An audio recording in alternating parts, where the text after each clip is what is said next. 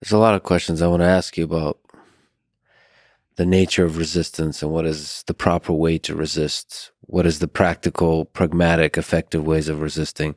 So, one example that is often brought up is the difference between MLK and Malcolm X.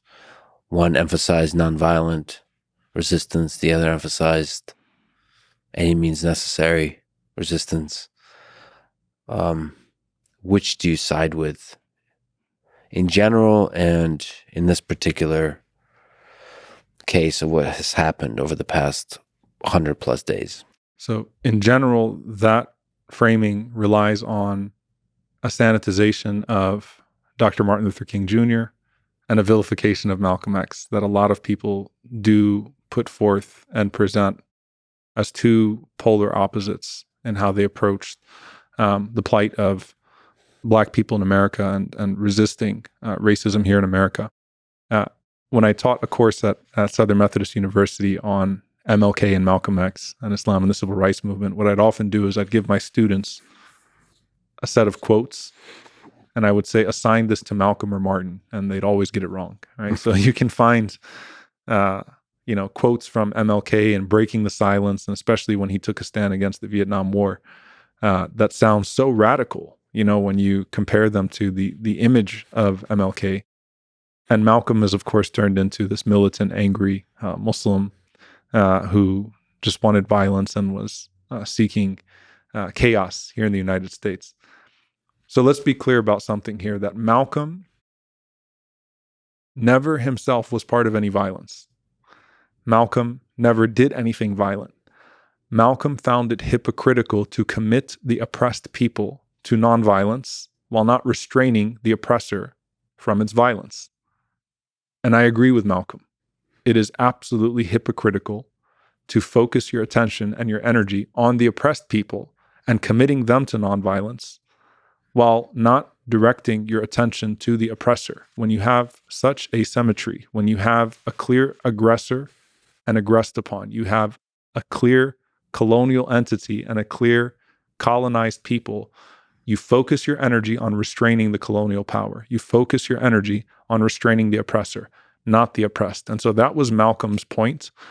And it's clear in his messaging throughout his religious growth, because of course Malcolm did evolve as a person, but Malcolm found it deeply hypocritical to commit the oppressed to nonviolence. Malcolm also had a deep understanding of the way that brutality here, state violence in the United States, was connected to its state violence abroad and American imperialism as a whole. Malcolm was the first to speak on Vietnam, the first major African-American leader to speak on Vietnam. Martin followed. Malcolm also went to Gaza in 1964. 1964, went to Khan Yunis, which is now under heavy bombardment, and Malcolm penned an essay on Zionism and connected Zionism to American imperialism and the broader implications of America's foreign policy. So Martin and Malcolm, if you look at them in the capacity of what's happening right now, where I would say you can find something that is deeply profound. James Cone wrote a book called Malcolm and Martin, Dreams and Nightmares. And he wrote something profound to the effect that Martin tried to liberate white people from their own racism, whereas Malcolm tried to liberate Black people from the effects of that racism on them. And so they both played a deeply important role. Self-determination is crucial to maintain the fuel of a movement. And I think one of the things that probably deeply frustrates those that have sought the erasure of Palestine is that Palestinian consciousness has only continued to grow after 75 years. Palestinians in diaspora and Palestinians within occupied territory all are deeply rooted in their Palestinian identity and existence, and they're not going away.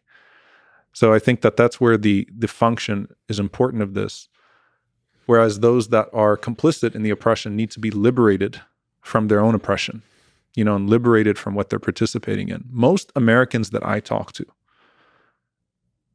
that have absolutely no idea about what's going on, when they come to hear just a few stories of the plight of the Palestinian people and the types of brutality that we have encountered wake up to this and say, oh my God, this is what my tax dollars go to?